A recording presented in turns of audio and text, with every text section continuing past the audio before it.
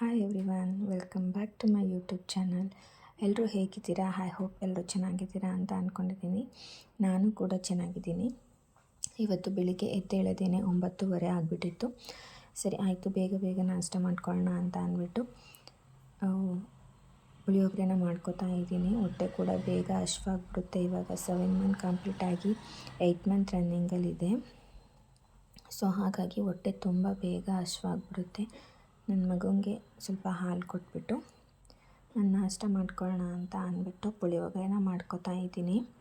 ಪುಳಿಯೋಗರೆನೂ ಅಷ್ಟು ಇಷ್ಟ ಆಗಲ್ಲ, ಬಟ್ ಆದ್ರೂ ಉಪ್ಪಿಟ್ಟಿಗಿಂತ ಬೆಟರ್ ಓಕೆ ಅಂತ ಅಂದ್ಬಿಟ್ಟು ಪುಳಿಯೋಗರೆನ ಮಾಡ್ಕೋತಾ ಇದ್ದೀನಿ. ಪುಳಿಯೋಗರೆನ ಮಾಡಿಕೊಂಡು ನಾ ಮಾಡೋ ಅಷ್ಟರಲ್ಲೇ 10:30 ಆಗಿಬಿಟ್ಟಿತ್ತು. ಮಾಡಿಬಿಟ್ಟು ನನ್ನ ಮಗನಿಗೂ ಕೂಡ ಪುಳಿಯೋಗರೆನ ತಿನ್ನಿಸ್ಬಿಟ್ಟು ನಾನು ಸ್ವಲ್ಪ ಪುಳಿಯೋಗರೆನ ತಿಂದೆ. ಇವಾಗ ಚಳಿ ಇರೋ ವೆದರಿಗೆ ಎದ್ದೇಳೋದಕ್ಕೇ ಆಗಲ್ಲ. ಅದಕ್ಕೆ ನಾನು ನನ್ನ ಮಗ 9-9:30 ಈ ಥರ ಎದ್ದು ನಮಗೆ ಬೇಕಾಗಿದ್ದು ನಾಷ್ಟ ಮಾಡ್ಕೊಂಡು ತಿಂದ್ಬಿಟ್ಟು ಆರಾಮಾಗಿ ರೆಸ್ಟ್ ಮಾಡ್ತೀವಿ.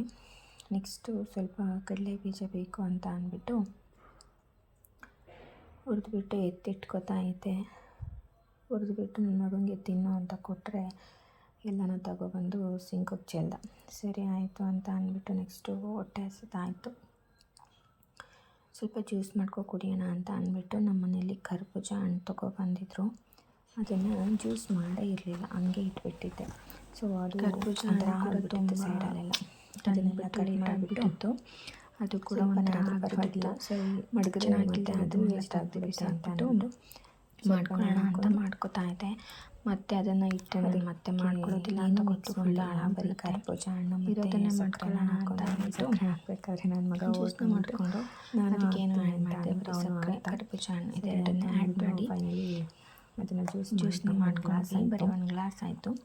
ಅದರಲ್ಲಿ ನಾನು ಸ್ವಲ್ಪ ಕೊಟ್ಬಿಟ್ಟು ನಾನು ಸ್ವಲ್ಪ ಕುಡಿದು ಪಾತ್ರೆ ಅಂತೂ ಒಂದು ರಾಶಿ ಇತ್ತು. ರಾತ್ರಿ ಅಂತೂ ನೈಟು ಹಂಗೆ ಪಾತ್ರೆ ಎಲ್ಲ ತೊಳೆದೇ ಇರಲಿಲ್ಲ. ಊಟ ತಿಂದ್ಬಿಟ್ಟು ಸರಿ ಪಾತ್ರೆ ಮಲ್ಕೋಬಿಡೋಣ ಅಂತ ಅಂದ್ಬಿಟ್ಟು ಸರಿ ಪಾತ್ರೆ ಎಲ್ಲ ತೊಳೆದುಬಿಟ್ಟು ಅವ್ನು ಪಾಡ ಆಟ ಆಡ್ತಾನೆ ಅಂತ ಅಂದ್ಬಿಟ್ಟು ಸಿಂಕ್ ಫುಲ್ ಟಾರ್ಚರ್ ಕೊಡಲ್ಲ, ಮತ್ತೆ ಮಾಡ್ತಾನೆ ಜಾಸ್ತಿ ಆಗುತ್ತೆ ಅಂತ ಅಂದ್ಬಿಟ್ಟು ಮಾಡಿ ನಾನು ಕೆಲಸ ಮಾಡ್ಕೋತೀನಿ.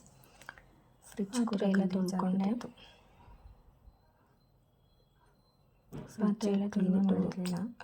ಫ್ರಿಜ್ ಕೂಡ ಗಲೀಜಾಗಿಬಿಟ್ಟಿತ್ತು. ಸರಿ ಅದನ್ನು ಕ್ಲೀನ್ ಮಾಡ್ಕೊಬಿಡೋಣ ಅಂತ ಅಂದ್ಬಿಟ್ಟು ಕ್ಲೀನ್ ಮಾಡ್ಕೋತಾ ಇದ್ದೆ. ನನ್ನ ಮಗ ಕ್ವಾಟ್ಲೆ ಕೊಡ್ತಾಯಿದ್ದ, ಅದು ಎತ್ಕೊಳ್ಳೋದು ಇದು ಎತ್ಕೊಳ್ಳೋದು, ಕ್ಯಾಮ್ರಾ ಆಫ್ ಮಾಡೋದು, ಈ ಥರ ಮಾಡ್ತಾಯಿದ್ದ. ಸರಿ ಅವನು ಬೈಕೊಂಡು ಹಾಗೆ ಕ್ಲೀನ್ ಮಾಡಿಕೊಂಡೆ.